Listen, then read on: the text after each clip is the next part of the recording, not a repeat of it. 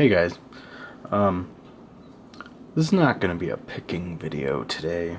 I'm going to show you that you can take any 5-pin American key, take an unmodified American core, and pin it up in all 6 chambers and still use your American AM3, AM7.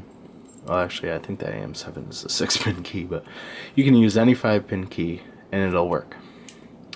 I'm not sure if you'll be able to see this, but in that 6th chamber, if I can get the camera to focus.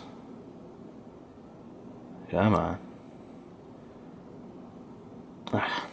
Well, I'll show it to you with pins. With their 5-pin key, you can pin this up in 6 pins and have it still work, even though it's only a 5-pin key.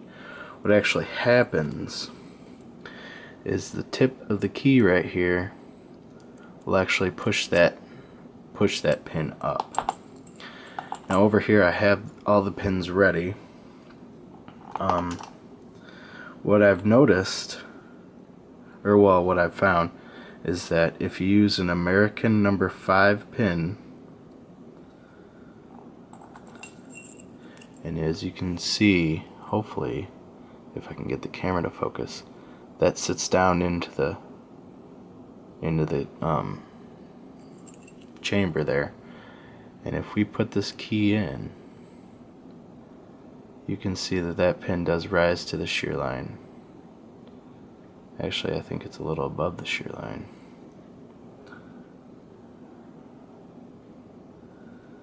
Yeah, it's slightly above. I tried a number 4. Let's see if that works any better. I tested this before I got on the video, but of course when the camera's rolling, things like to change on you. So that looks a little better. Looks like it lines up right.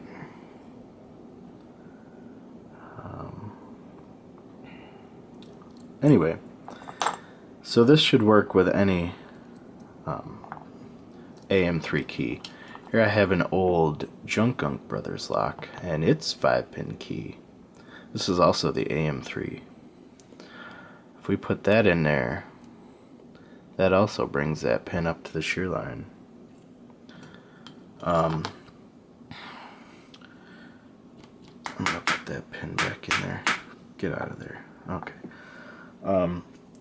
If you want, instead of going out and buying a $100 American pin kit, I went to clksupplies.com, and I'll put the link in the description of all the pins, and you can buy each package of pins. I think it's either 100 pins or 150 pins for $2 a piece. So each one of these was $2, and then I just went out and bought a $3 box off of eBay, labeled it myself and everything. So that was considerably cheaper than buying this kit. This also works for Master Lock, by the way. So if you have a I don't know, like a 930, or any of the Pro Series, I should say, any of the Pro Series locks with the removable cores, this does the same thing. It might be a different pin for your 6th pin, but it'll work. I did it to the lock that I use on my bike.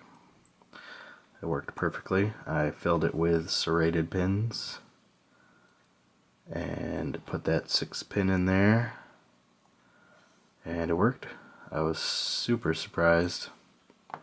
But like I said, now that I have the pins in there, you can see that it all meets the shear line. Okay, so now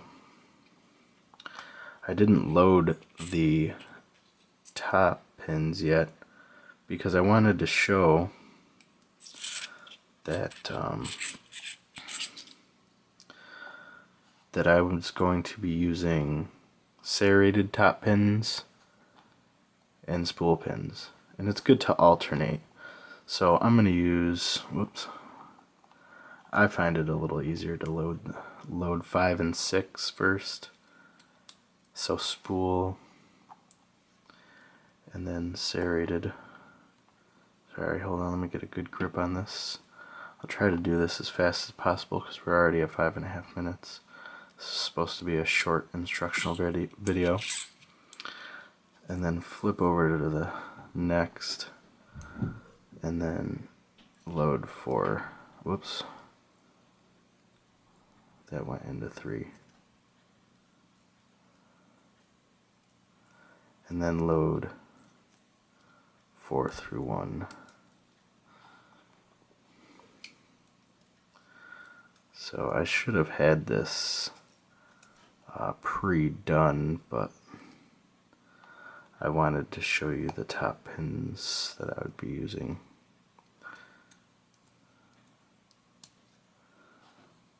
So this will make your 5-pin locks a little more secure without having to get a new key made, trying to track down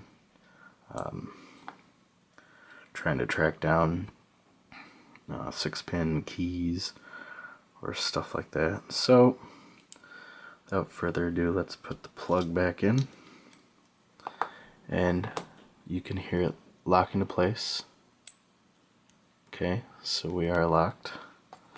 Just to show you, I'll put the key in slightly, and that will not let it turn. So now we've effectively taken a 5-pin lock, made it 6 pins, and still use our 5-pin key. So here it is. Let me just put the C-clip on before I totally ruin the video and spill the pins all over the floor. So here's our 5-pin key. Put it in, turn. Voila. There we go. So make your locks a little more secure, and still use your 5-pin key. So that's that. Thanks for watching.